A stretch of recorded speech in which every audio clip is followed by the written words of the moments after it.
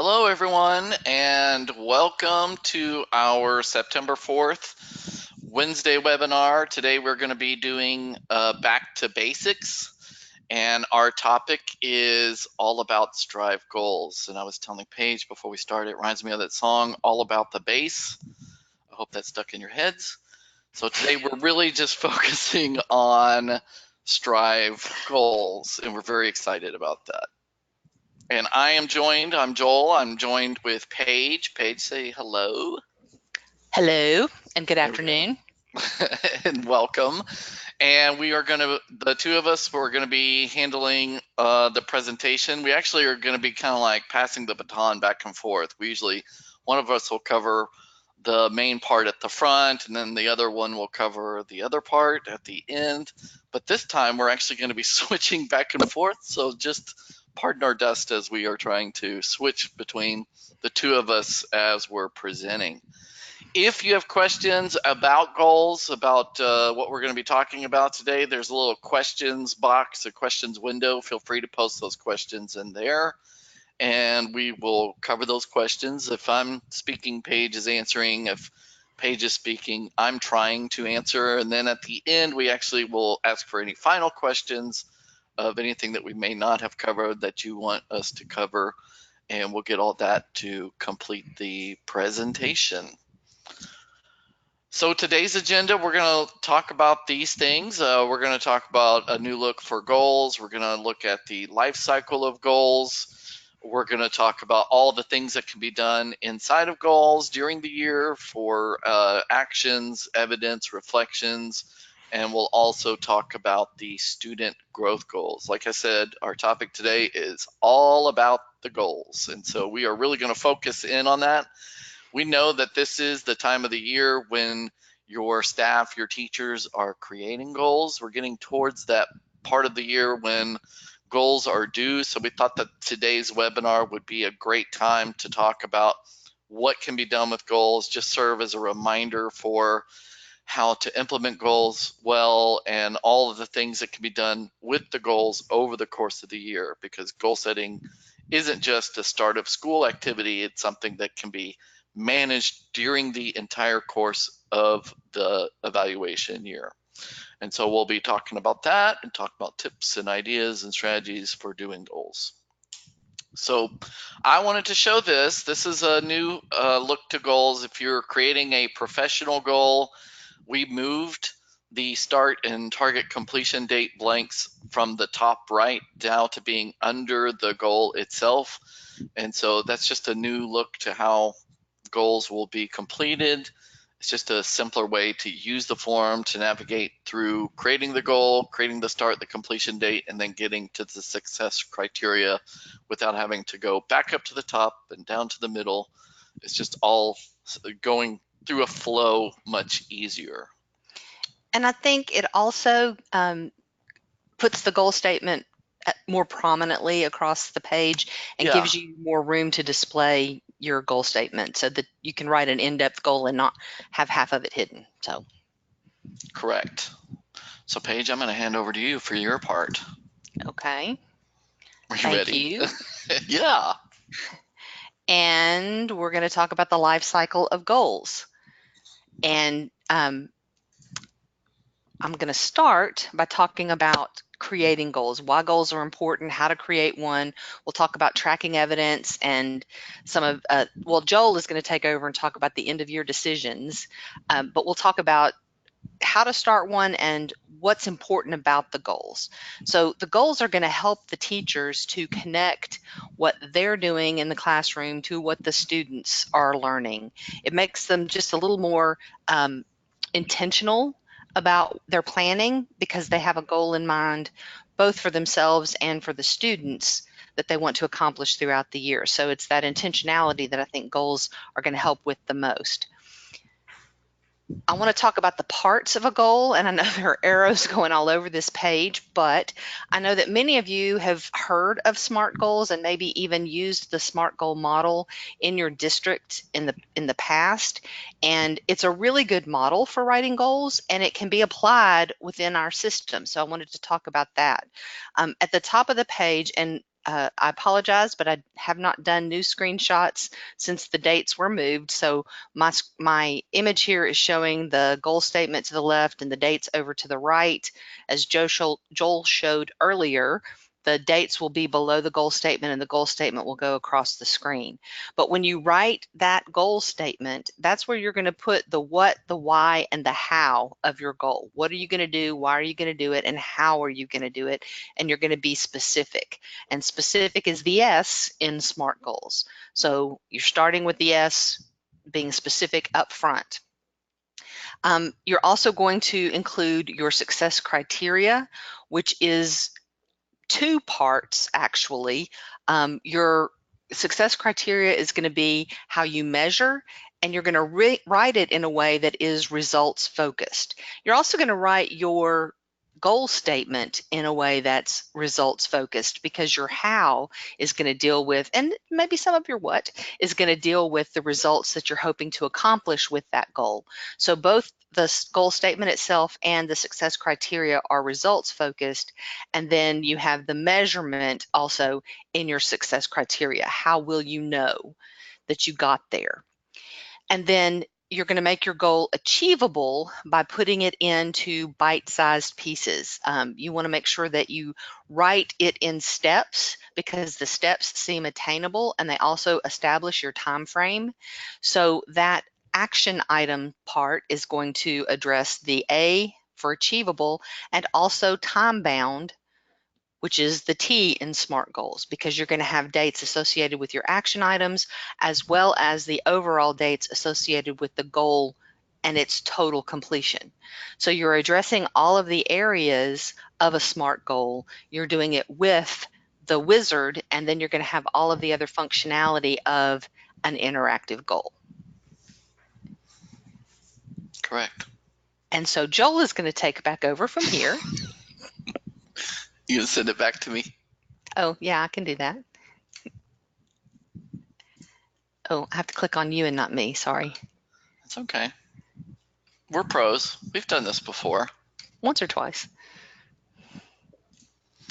Okay, so I'm going to talk about life cycle of the goals, because this is another part of start of school and cleaning up goals that our teachers and our users kind of struggle with in understanding what they can do with those specific goals. So if I'm looking at my teacher, Tony Stark here, and there's several different types of goals. They have these little icon colors that represent different states that the goal is in.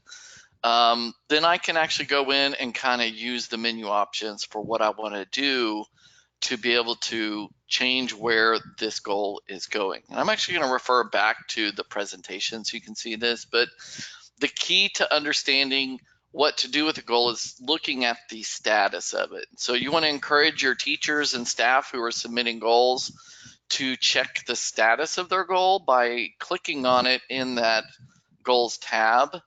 So if I click on this one, I can check and see the status is that this one is submitted. If it's an unsubmitted goal, meaning the status shows that it is unsubmitted, it means that every field is editable and the goal has not been submitted yet. So it hasn't even gone to anybody to approve. Everything in it can be edited, saved, and then submitted for approval. And you can see that button is here on the top menu bar showing that it needs to be submitted for approval. If it has been submitted, it's already been submitted, so there's no button to submit for approval. The status shows that it has been submitted. The fields are still editable because the goal has not been approved yet. So your teachers and staff can still make changes to the goal before the approver has approved it. Now, one of those changes is delete. So if you have a teacher who has a lot of old submitted goals that haven't been approved, they want to clean it up, they can go in and delete that goal. They can also copy to a new goal, and then that would copy all the data over into a brand new goal statement that they can resubmit after they make changes to all the fields to get it up to date. If it has been approved, the menu bar has a few more buttons. So the status shows that it's approved. That means the fields are not editable anymore because it's part of the evaluation history. It's part of evaluation record. They cannot be edited unless they select the button for edit approved goal. When they click that button, it's going to pop up and tell them when you edit this goal, you have to resubmit it. So it kind of takes it out of the approved state and puts it back into the unsubmitted state. And that means all the fields can be edited again, but the goal would have to be resubmitted. They still have the option to delete the goal.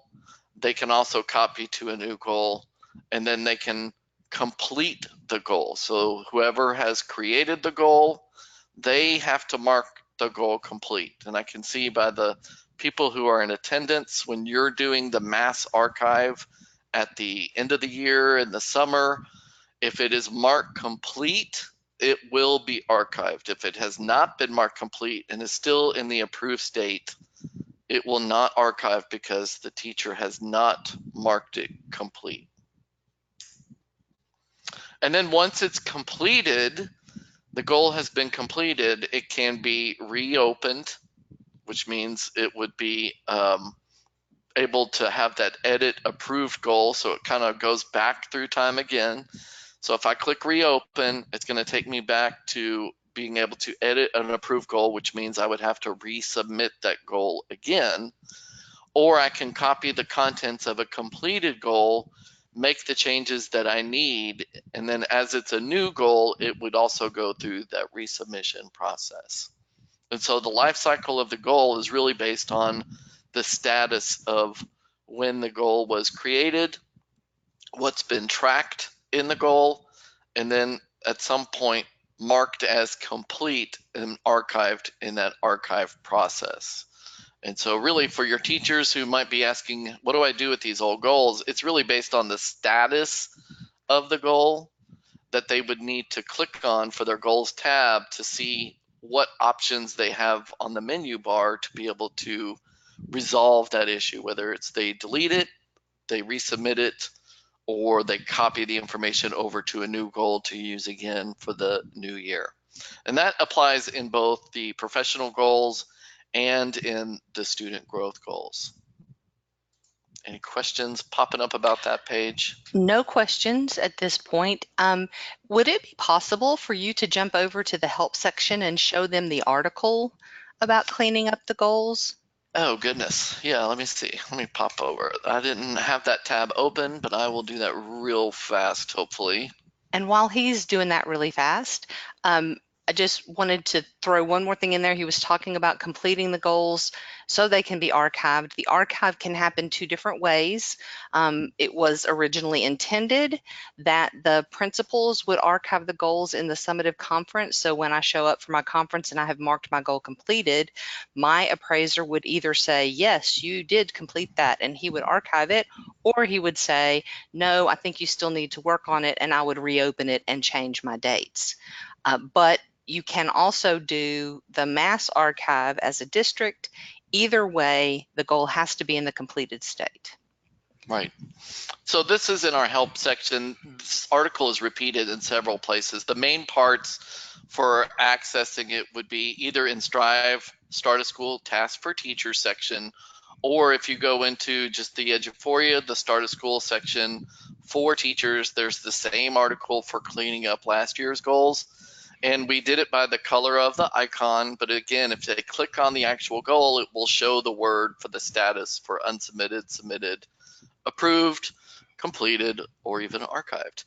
But in here, it shows them the options for what they can do of when if they need to delete a goal or if they want to resubmit it or being able to edit it. All of that is listed in the help article. So if you need to help your teachers and your staff know what they need to do to clean up their goals, these articles will help. Thank you very much. Yeah, thanks for bringing up the help article. Okay, so I think you're doing the next part. Am I think correct? so too. So again, we're going to pass the baton. Did you just take the baton I yourself? just stole it. Yeah. Okay, I'll let you do that. Okay, so I stole it, except I can't. I'm in the wrong place here. You have the most desktop icons There we I've go. ever seen in my life. Oh, you're not supposed to see that. That wasn't supposed to show. Okay.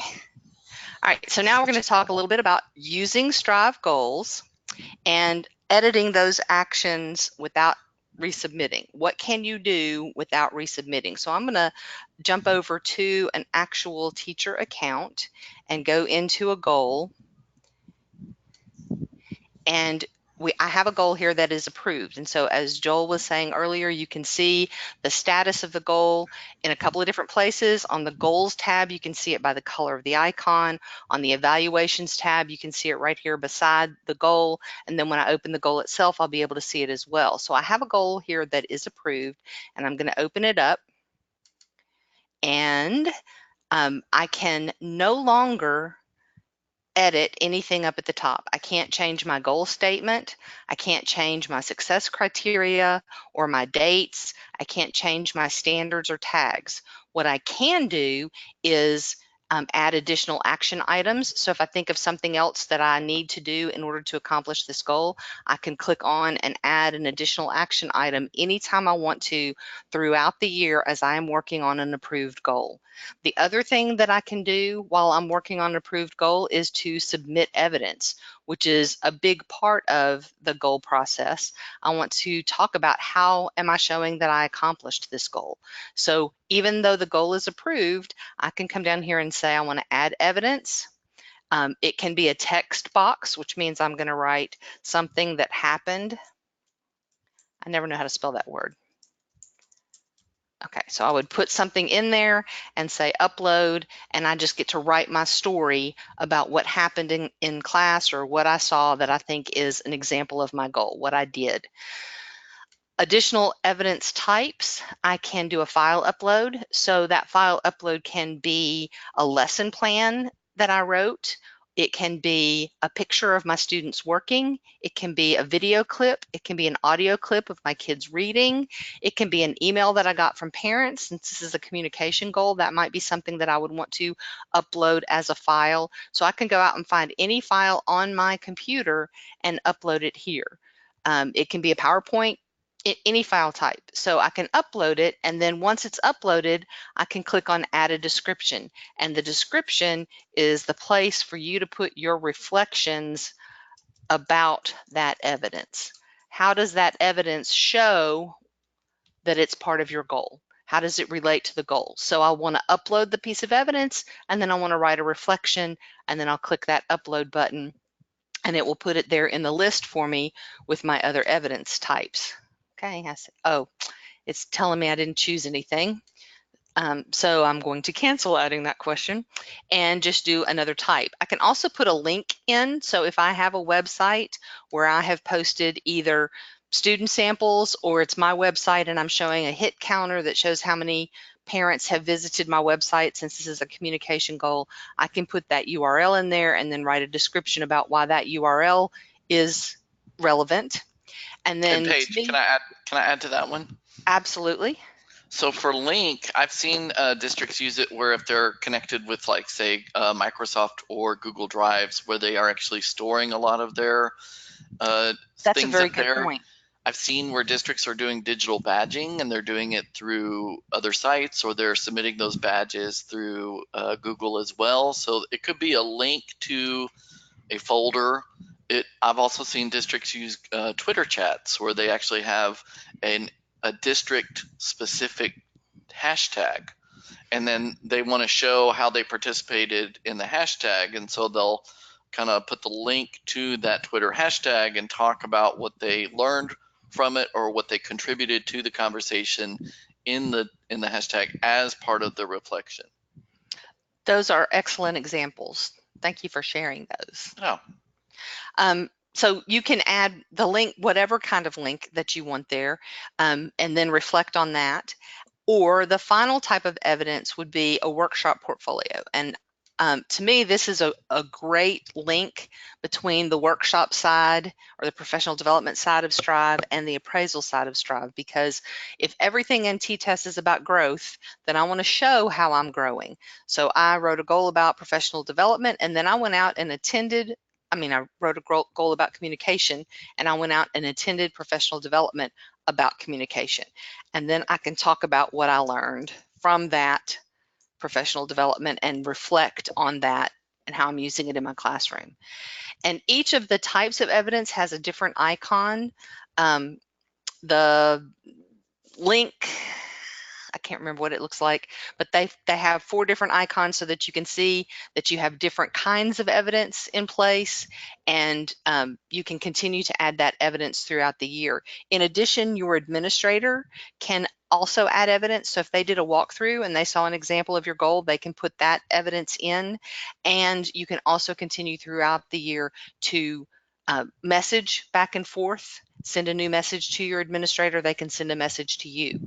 So the 3 sections that you can continue working on after your goal is approved is adding additional action items, adding evidence, and messaging.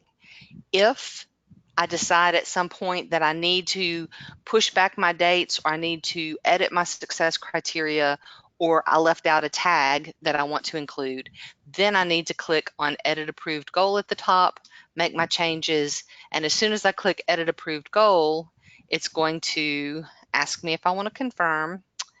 And then now you'll notice it opened those boxes back up for me, but I also have my Submit for Approval button again. I would make my changes and resubmit that goal.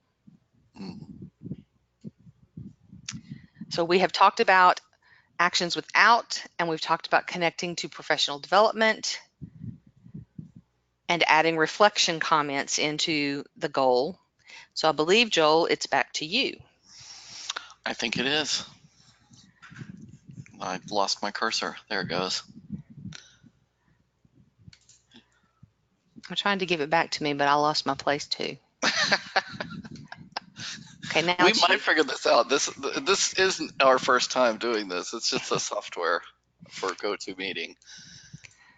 Okay. And I did want to say about what you were showing with the goals and the reflections and the actions. So some of the districts that I've been working with, their goal setting time frame is actually at the end of the school year when the summative conference takes place, so that teachers in that time are creating their goals in the summative meeting and then setting the start date to begin in the next school year. And so some districts are doing that where the goal setting is part of the summative conference.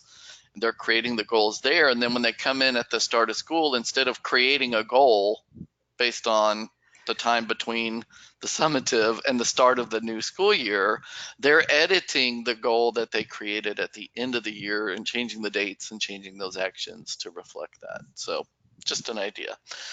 Now we want to talk about student growth goals. This is also part of the goal setting process in our applications as well. And I'm actually going to move over to, I have it open up over here. So if I have a teacher who has created a student growth goal, or if I'm creating a student growth goal, one of the newest features in our application is the ability to attach portfolio. And these are portfolios that are created inside of the Aware application. And so if I click on the attach portfolio, it's going to pop up and show me any of the types of portfolios that I've created.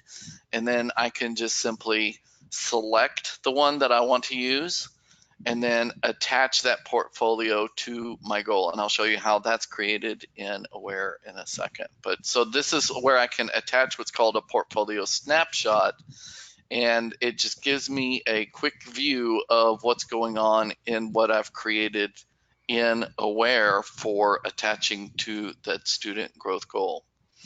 So there's 2 things I can do. I can click here to go to the student portfolio in Aware, or I can change application, go to Aware, and go to my student portfolio in there. I'm going to go ahead and just click right here.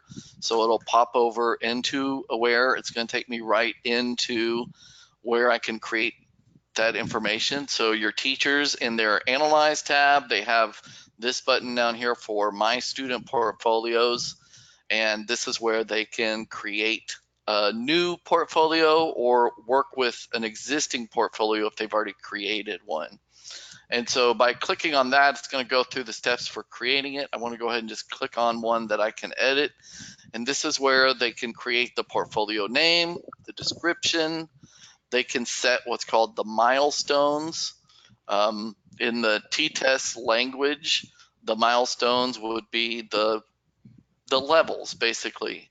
And in the T-test documentation, they said that the labels that they had were well above typical, typical, above typical, below typical, and then well below typical. And so it's setting the descriptors for what would define those, then going in and you can set your students, you can select your specific students that you want to track with the milestone.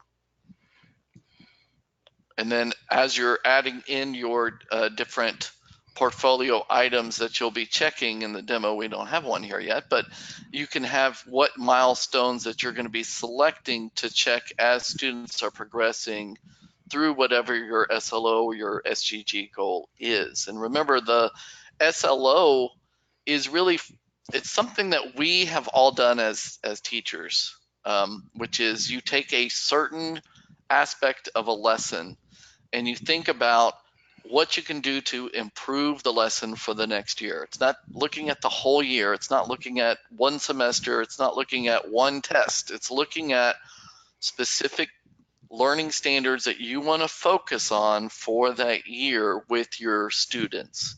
And so by going through and setting up how your previous students performed, kind of thinking back, how have students performed on this task, that kind of sets these different milestone labels that you can apply to as you're teaching for the current school year, how the students are performing during that time.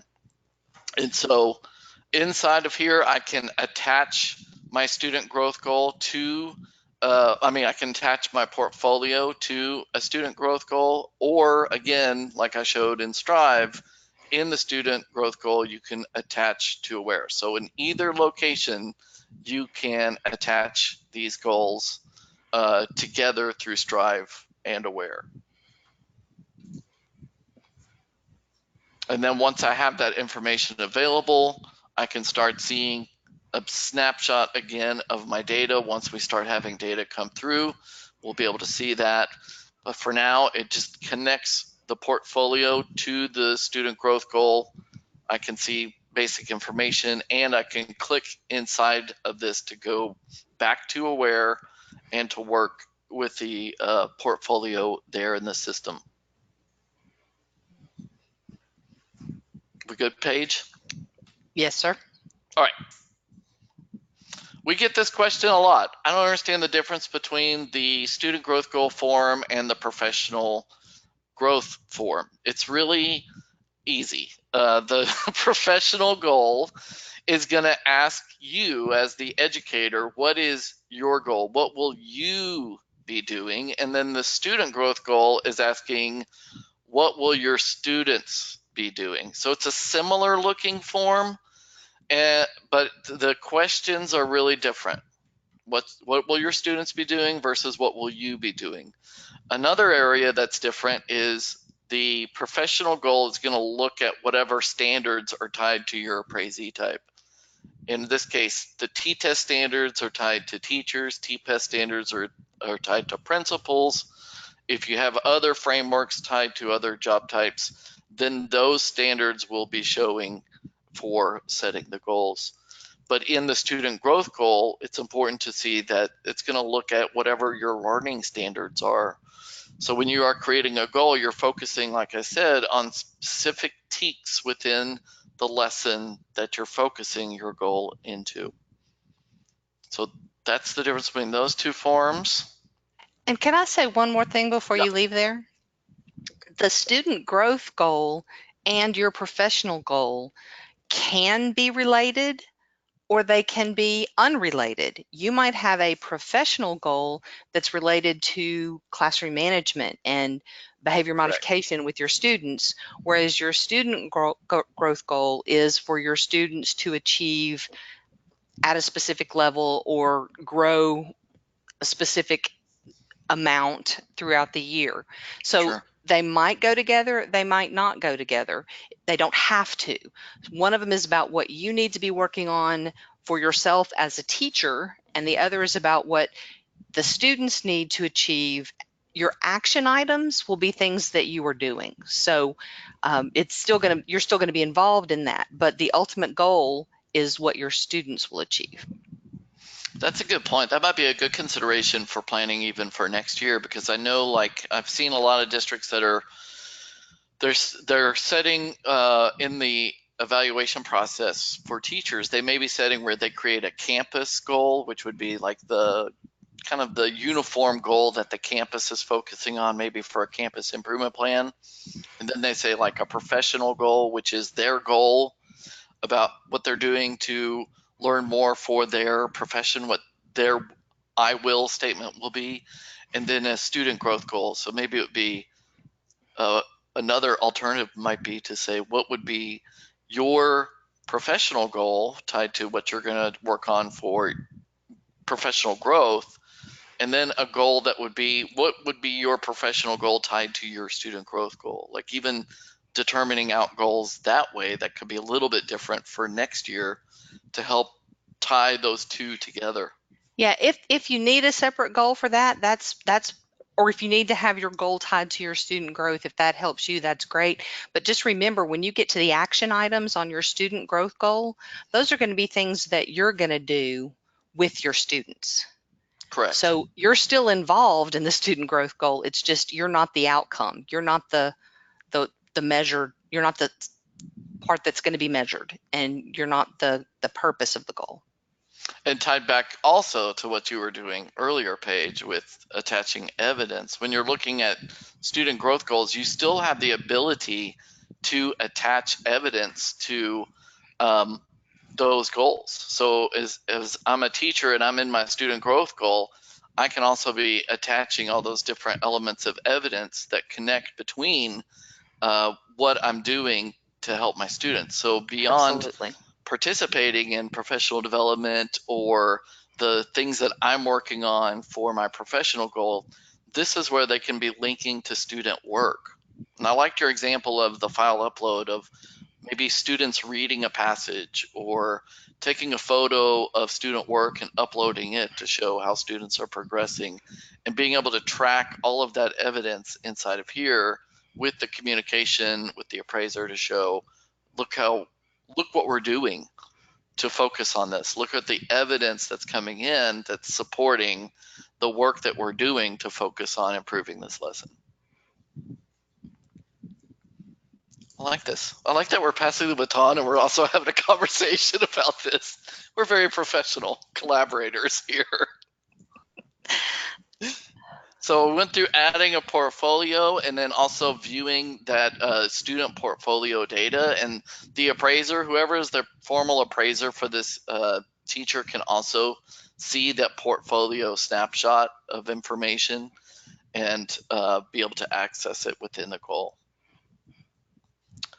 Are there any final questions? It's like we've zoomed through this. We have a lot of info, but we Well, want to ask we you if you have questions.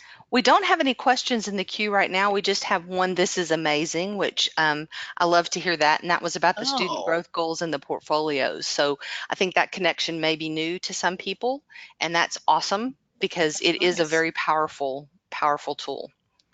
Well, good. We're glad to hear that. We'll just see if there's any other questions, anything that we can cover. And we're glad to show this too, because sometimes when you're implementing this in your district, our thinking is reflective of Paige and I when we worked in districts. Like the two of us worked for districts before we worked for Eduphoria. And when you're on the back end and you're setting things up, you're not necessarily seeing how the teachers and the staff interact. So we're hoping that this is providing more of an insight into what they're seeing in order to help you help them and troubleshoot ideas, and also with the planning and the implementation of it with the district leadership.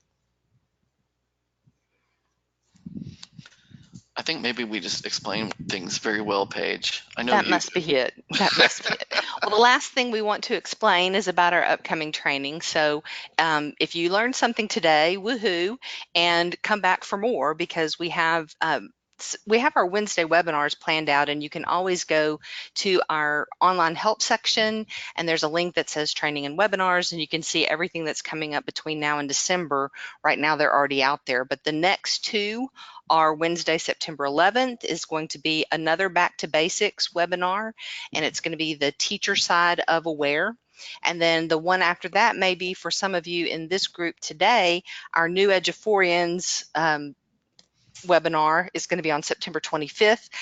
We titled it New Eduphorians because we want to put that information out there for those of you who are new to a position where you're managing things in Eduphoria. But if you're not a newbie and you still want to attend, you might pick up a little tidbit here and there, I don't know, but we are going to be talking about some tips and tricks, some management things, and the way things work, some connections when we do the new Eduphorians webinar on the 25th.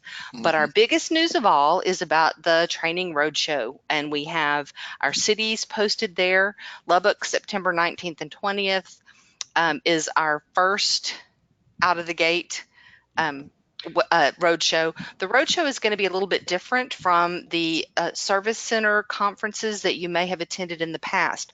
Although great, and I do love the service center conferences, they have a different purpose from what we're doing here. So at the conferences, you have some shorter 45-minute sessions that either are overviews of new features or they are best practices from some of your neighbors, other districts telling you how they're using the products and things that they have learned, lesson learned kind of things.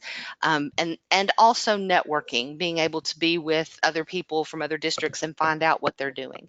The purpose of the roadshow is a little bit different. It's going to be hands-on, in-depth, 3-hour sessions. So we're going to ask people to bring their own device, and so you'll have a laptop with you. You'll be in a room where you have um, a, a table that you can sit at and see, and you will have some in-depth training. Now, those of you who are some of our veterans, the roadshow may not be the one that you want to attend, but you might be thinking of some people on your campus who could Correct. benefit Yep. from some more in-depth training, some more hands-on training. So we're trying to bring that hands-on training closer, and we can't do every city or even every service center because of the number of them versus the number of us. But we did pick 6 cities that we're going to start with and tried to spread them around the state a little bit, and hopefully we can get closer to some of the people who need that training and provide that hands-on training as well as what you get from the conferences. So one of the questions that just popped in was, will you still do the service center conferences? Yes, the service centers Yeah. still will be offering their conferences, and their conferences are still at no cost, whereas the roadshow training, there is a fee. It is a small fee, in my opinion, for the amount of training that you'll get, but there will still be service center conferences. Again, we're not trying to replace them. We go to those conferences and think they're great. It's just there's a different need. And one of the things that has come from those conferences is people saying, this was great, but how do I get more hands-on? Mhm. And the hands-on is difficult for some districts to pay for a trainer to come and do face-to-face in your district. So we're trying to do this as an sort of a supplement, another option for you to get some hands-on training without paying for a full day of training in your district. So And those it's dates are coming up. yeah, and I also want to say it's also a great opportunity for if you're one of those people in your district where you are the Eduphorian and you're having to manage everything. If there's ever a time that you wanted to hand off something to someone who maybe is more specialized in using that application, you may want to send them to one of these roadshow events. Like I think about when I was in a district and I was managing everything, and I had that one person who was really, really good about using form space, and they wanted to use it more, and they wanted to go crazy in the district and make every form paperless, but I didn't have time to do form space. if a roadshow like this was available, I would have sent them so that they could be the form space person or whatever it is that's being offered to Absolutely. focus on that. So if you're doing all the setup for Strive and you know someone else who would be better equipped to set up Strive, but maybe they just don't feel confident because they haven't been trained, the training roadshow is what we're offering. It's more in depth, it's more hands on, it's smaller groups, and it is hopefully to complement our work that we are doing with the ESCs because, like That's right. Paige was saying, those are a great networking event, not only just to connect with other districts, but also to connect with your ESC staff and also Absolutely. to learn about the support that they provide. So this is complementary to what they're doing, but more in depth to what you're needing in your district positions. Very good point. We're not stopping the Wednesday webinars. We're not stopping the ESC events. We are adding another layer of training in to meet a different kind of need. And so, one last thing about the roadshow, because it's face-to-face, we can offer SBEC credit. So you will, if you attend the roadshow, you will get CPE credits for the time that you spend with us. So that is something we can do with the roadshow that we can't do with our webinars or other events. Right. We're excited about that. Yes. And I think that is it for our slides. And Yep. still, the last question that came in was, are we still doing the service center conferences? And we are. Yes. So thanks. Thanks, everyone. Thank you for all your questions, and we hope you have a continued great start of school, Absolutely. even with this short week, hopefully. And we Right? hope to see you next time. Yes. Bye, everyone. Bye-bye.